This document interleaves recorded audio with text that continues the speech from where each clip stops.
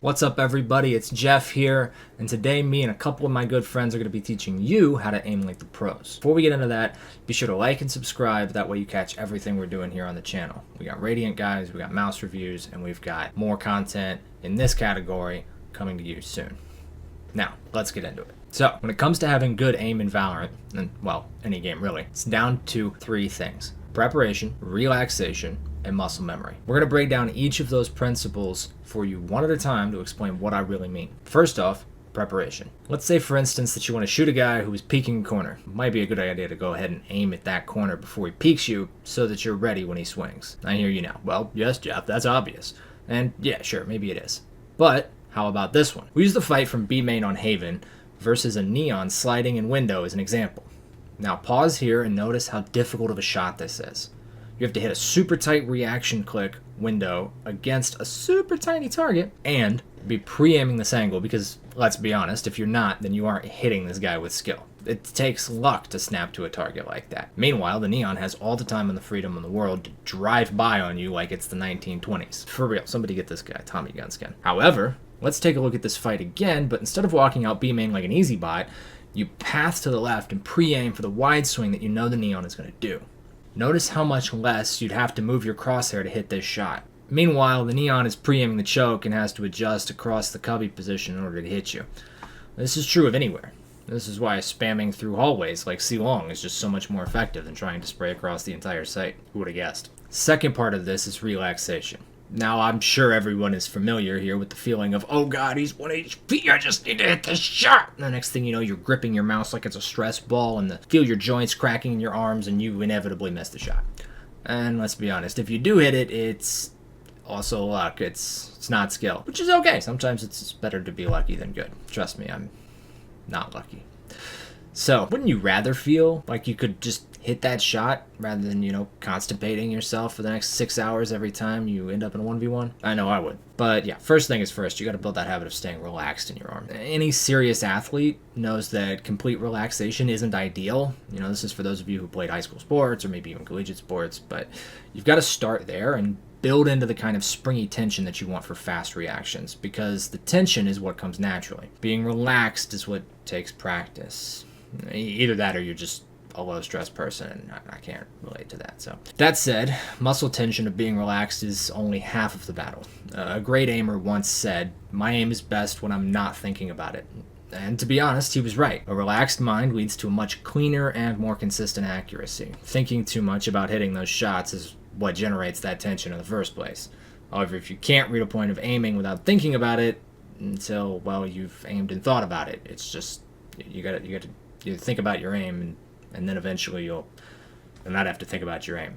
Just kind of how that works. That's where we get into number 3, and that is muscle memory. Now, this is the one you're all most familiar with. This is, everybody says, practice, repetition, do a thing over and over and over again, and you'll be better at it. And this is mostly true, but we got to talk about how and why. In the course of a single Valorant game, you get maybe 20 gunfights. And if you're lucky, you'll get about 30. And you'll have used 40 minutes to do it. If you use an aim trainer, you'll get more than that in 30 seconds. Tons of repetitions doing the same movements over and over and over again. In the future video, we'll get into some details about that and stress which ones are important for which skills. And for now, it's just enough to know that, like Bruce Lee said, it really is the guy who practiced one kick 10,000 times who is scary. The other aspect of that is you can train yourself to stay relaxed both in your arm and in your mind, so that when you end up in the game, you can think about playing the game instead of only your aim, which is yet another part of the preparation. Consciously, to stay relaxed in both your arm and your mind. I've seen many people doing tracking drills, and their hands hurt after the first go through in 60 seconds. I'm like, you can't do that. You gotta loosen your hand up, buddy. To close this video, I will go over a series of my favorite type of aim trainer scenarios, tasks, maps, exercises, whatever you want to call them. I will break down what each scenario is meant to do and how you should go about doing it in order to get the maximum value from it. First up is static click, or 6-shot, or whatever your aim trainer calls this scenario. It's about precision over medium to long distance flicks, and here we want to focus on taking our crosshair right to the nearest edge of our target with our arm without tensing our forearm, wrist, or hand. So once we reach the nearest edge of the target, and that's the one closest to whatever we were already aiming at or looking at, that's where we start to activate the muscles in our wrist and hand to place the crosshair right on top of the target and make our click for confirmation then. So if you're flicking to the outside, you want to activate your triceps and your deltoids and your shoulder muscles, and then as you get close, you activate your biceps to slow that down, and you use your wrist, which is all forearm muscle activation, and your fingertips and your hand muscles to land on that target. If you're really good, it's really smooth and it's almost imperceptible. But if you go and watch an aim trainer video from one of the top guys and see them slow it down, you'll get to see what it actually looks like. And ideally your arm takes your mouse all the way there and lands it right on. But that tiny little micro adjustment is often the difference between hitting that clutch shot and missing it.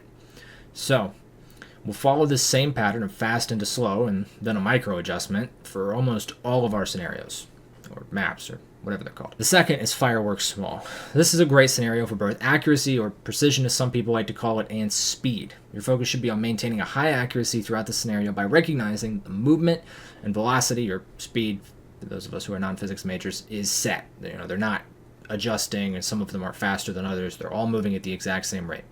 So this means that instead of following them out of the center, you can work on predicting where they'll be and time that with your own mouse movement to meet them exactly there. And of course, as you get faster, you'll time it differently, so pushing your own speed is going to disrupt your whole timing for this whole thing, and it'll be frustrating, and that's how you get really good.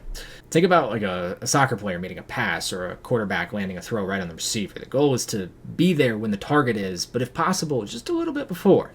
And here, you want to flick towards the inside or into the movement of the targets more reliably than if you're trying to flick from the near edge and flicking out of the targets like we did in the previous one. Since you're predicting their movement, you're going to be ahead of them. As they come into you, you'll flick back in and catch them. Ideally, again, your micro adjustments are minimal, but that's the kind of micro adjustment you want to be making. Now, the third one I want to show you is spider shot, and we'll be revisiting this one in the future for sure. It's one of the best scenarios in all aim trainers, especially for a attack shooter like Valorant, and I'll explain why. Now, let's say you're prepared for a particular kind of peek. Maybe in this instance, you're holding one side of a choke because you know there's one there, and BAM! An enemy swings you from the other side. This scenario teaches you how to reaction flick to a new target on the screen, and then return your crosshair back to the position you were holding to catch the next guy swinging out. This is something that'll happen a lot, to be honest, and getting surprised by somebody on the edge of your screen, one, but also needing to immediately look back at the guy you know is there, or you're seeing ghosts. I can't diagnose that one. That is 3 of my favorites. Really good basic tips to get you started in those, and also in how you're going to train them. It's going to cover us for today, folks. Be sure to tune in as I go over some of my ideas on how to prepare and train aim for unique characters, scenarios, and abilities such as Jet Knives, Neon Alt, and the Operator, just to name a few. As always, be sure to like and subscribe, and I'll see you guys next time. Peace.